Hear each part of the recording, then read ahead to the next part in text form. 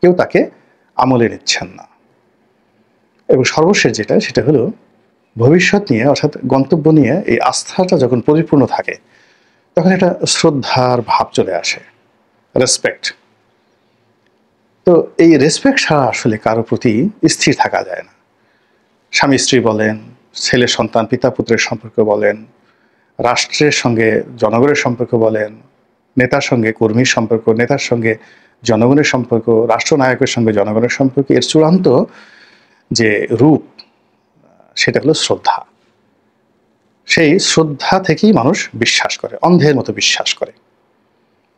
যখন আপনি কাউকে শ্রদ্ধা করবেন তখন আপনি তাকে বিশ্বাস করবেন, এটি স্বাভাবিক ব্যাপার। তো এখন ডক্টর মোহাম্মদ ইউনূসকে কেন্দ্র করে যে মানুষের যে শ্রদ্ধা, সেই শ্রদ্ধাটা নেই, ফলে তিনি মন থেকে যে কথাগুলো বলছেন হয়তোবা, বা তিনি আসলে একটা ডিটারমিনেশন নিয়ে হয়তো একটা কথা বলছেন, সেটা লোকজন ওই শ্রদ্ধাশীল না থাকার কারণে বা শ্রদ্ধার বিষয়টি তিনি জাগ্রত না করতে পারার কারণে কি হচ্ছে, বা আমরা এই জাতি হিসেবে খারাপ, আমরা কাউকে আসলে শ্রদ্ধা করতে পারি না। আমি আসলে এখানে কাউকে ব্লেম করলাম না, বাট ফ্যাক্ট হলো ঘটনা যে কারণেই হোক আমরা তাকে এখন আর শ্রদ্ধা করছি না, যেটি উনি ক্ষমতায় আসার আগে আমরা তাদের প্রতি, আওয়ামী লীগের কিছু লোক ছাড়া প্রায় সবাই, পুরো জাতি 18 কোটি মানুষের মধ্যে সেই 2 or 3%, মানে আওয়ামী লীগের যারা কট্টরপন্থী লোকজন, যারা ইউনূস সাহেবকে জানতেন, চিনতেন বা চিনতেন না, বা শেখ হাসিনাকে খুশি করতে চাইতেন, এরকম লোক ছাড়া অলমোস্ট 95 to 96% পিপল যারা ওনাকে অন্ধভাবে শ্রদ্ধা করতাম।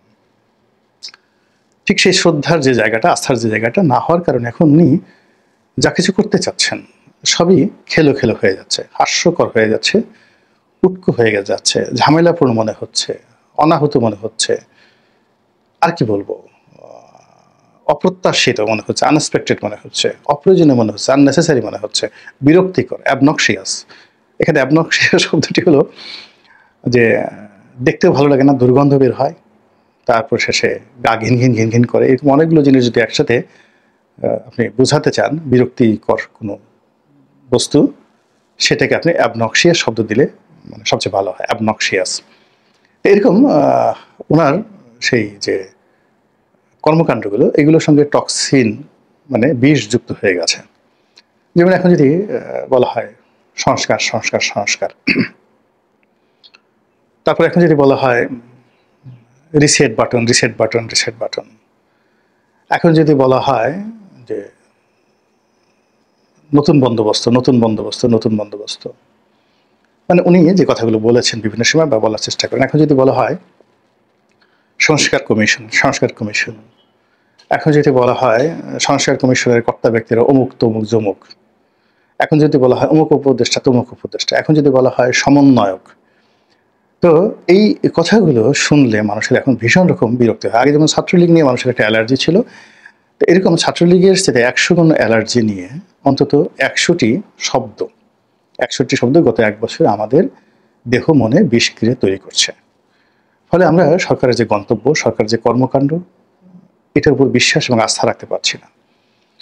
সরকার নির্বাচন আদৌ দিতে পারবে কি পারবে না, দেবে কি দেবে না, দেওয়া উচিত কি উচিত না, হবে কি হবে না, এই সমস্ত বিষয় নিয়ে বিচার বিশ্লেষণ না করে আমরা ঢালাওভাবে বলছি যে ও লোক ক্ষমতার স্বাদ পেয়ে গেছে, ও কি আর যাবে, ও ক্ষমতায় বসে বসে যেভাবে পা ঝুলাচ্ছে, এটা নিচ্ছে ওটা নিচ্ছে, ও থাকবেই।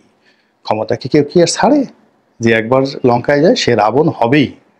আমরা খুব অভিজ্ঞ এবং যাকে বলা হয় বিজ্ঞ মানুষের মতো একেবারে গ্রামের মানে যারা চা বিক্রি করেন, চা দোকানদার কিংবা রিক্সা চালক, আপনি দেখেন অনেকগুলো সামাজিক মাধ্যমে প্রান্তিক মানুষের সাক্ষাৎকার প্রকাশিত হচ্ছে, এবং সেখানে তারা যেভাবে ডক্টর মোহাম্মদ ইউনূসের শাসনকে মূল্যায়ন করছেন এবং যেভাবে বলছেন, অবাক করার ঘটনা যে আমরাও অনেক সময় অত সুন্দরভাবে এই কথাগুলো বলতে পারবো না। তো আমাদের এই দেশের মানুষের বোধ অনেক বেশি, বুদ্ধি অনেক বেশি, এবং সেখান থেকে তারা ওইভাবে বলছেন না না না এটা হবে না, সে কি আর এই ক্ষমতা ছাড়বে, বরং জীবনের শেষ দিন পর্যন্ত সে জানে এই জাতি প্রতিহিংসা পরায়ণ, আমি ক্ষমতার গদি ছাড়ছে আমার ছাড়বে না।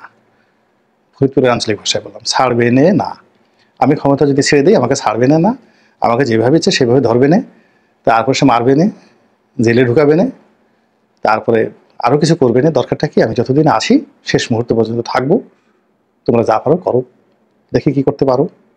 তো এরকম আমরা নিজেরা এরকম শব্দগুলো বানিয়ে এই ভদ্রলোকের উপর আমরা, ডক্টর মোহাম্মদ ইউনূসের উপর আমরা আরোপ করে তার প্রতি অবিশ্বাস করছি, তাকে অনাস্থায় নিয়ে ফেলেছি, এবং তার সমস্ত কর্মকাণ্ডের মধ্যে আমরা টক্সিন খুঁজে পাচ্ছি। তো এরকম একটা অবস্থাতে যা হয় সেটা হলো ভবিষ্যৎ নিয়ে একটা শঙ্কা তৈরি হয়। কাজে এই সরকার নির্বাচন কবে হবে, নির্বাচন যে ফেব্রুয়ারি মাসে হবে, বা এই যে আমি এখন ভিডিওটা যখন করছি তখন খুব যাকে বলা মশহুর যে এই 4-5 দিনের মধ্যে বা 2-1 দিনের মধ্যে ডক্টর মোহাম্মদ ইউনূস ঘোষণা দিবেন কবে নির্বাচন হবে, এক্স্যাক্টলি তারিখ দিয়ে দেবেন। হয়তো দেবেন বা দেবেন না আমি জানি না, কিন্তু আমাদের বিশ্বাস হচ্ছে না। এই যেমন একটা শুল্ক, আমেরিকার একটা শুল্ক যেটা শেষ পর্যন্ত বাংলাদেশের ফেব্রুয়ারি আসলো, ট্রাম্প সরকার যে বাংলাদেশের ব্যাপারে সিদ্ধান্ত নিলেন, শুল্কটা কমিয়ে এনেছেন 15%, কিন্তু এনেছেন বটে, আমরা কিন্তু বিশ্বাস করিনি। এবং এখনো পর্যন্ত আমরা নেতিবাচক কথা বলে যাচ্ছি। কি নেতিবাচক কথা বলে যাচ্ছি? সেটি হলো ওই যে কমিয়েছে, 15% কমিয়েছে, তো 15% শুল্ক কমিয়েছে, কিন্তু এই বিমান বিক্রি করার জন্য 25টি বোয়িং কেনার জন্য বাংলাদেশকে বাধ্য করেছে। তারপর বিনামূল্যে যে গম দিত, সেই গমগুলো এখন সেখান থেকে কেনার জন্য বাংলাদেশকে বাধ্য করেছে। বেশি দাম দিয়ে তুলা কেনার জন্য আমাদেরকে বাধ্য করেছে। আরও গোপনে গোপনে কত কিছু করেছে কে জানে। হয়তো সেন্ট মার্টিন নিয়ে বাংলাদেশে আমেরিকার সঙ্গে পাঠানোর জন্য কি বলেছে, গোপন চুক্তি করেছে। এই জিনিসগুলো আসে মূলত আস্থাহীনতা থেকে, অবিশ্বাস থেকে। তো সেটা এখন তৈরি হয়ে গেছে, এবং এই কারণে কি হলো, আমরা ভয় পাচ্ছি। কিসের ভয় পাচ্ছি?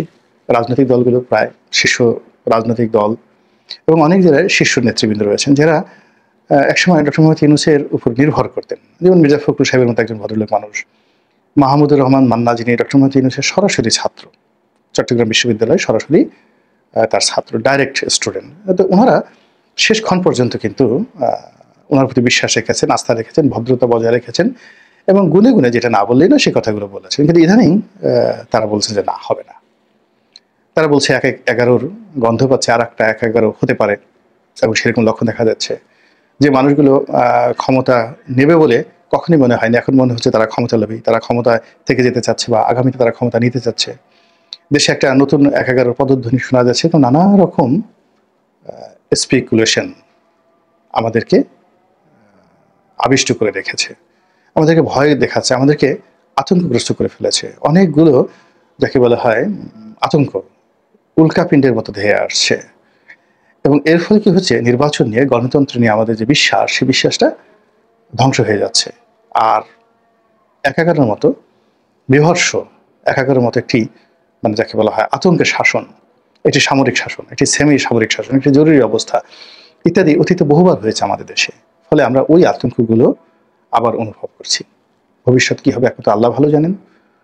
মহান আল্লাহর নিকট প্রার্থনা, তিনি এই অভাগা দেশ এবং জাতিটিকে রক্ষা করুন, তার অলৌকিক ক্ষমতা দ্বারা, এবং আমাদের মধ্য থেকে নেতা তৈরি করে দিন, যে নেতা বিভিন্ন সময় তিনি বিভিন্ন জাতিগোষ্ঠীকে দান করেছেন, এবং সেই নেতার মাধ্যমে সেই জাতিগোষ্ঠী অনাদিকালের থেকে শুরু করে একেবারে সেই কিয়ামত পর্যন্ত এই পৃথিবীর বুকে সম্মানিত জাতিগোষ্ঠী হিসেবে চিহ্নিত হবেন। আরব বলতে আমরা যেভাবে খালিদ বিন ওয়ালিদ বুঝি, আরব বলতে আমরা হযরত ওমর বুঝি, আমরা মুসলিম ডাইনেস্টি বলতে যেভাবে খলিফা হারুন আর রশিদ আল মামুনকে বুঝি, মুঘলদেরকে বলতে আমরা যেমন আকবরকে বুঝি, তদ্রুপ বাঙালি বলতে, বাঙালি শাসকদেরকে বলতে আমরা যেন আমাদের মধ্যে নেতা খুঁজে পাই। এরকম কিছু নেতা আগামী দিনে আল্লাহ রাব্বুল আলামিন যেন আমাদের দান করেন, এই প্রার্থনা করে আপনাদের কাছে বিদায় নিচ্ছি। আসসালামু আলাইকুম ওয়া রাহমাতুল্লাহি ওয়া বারাকাতুহু।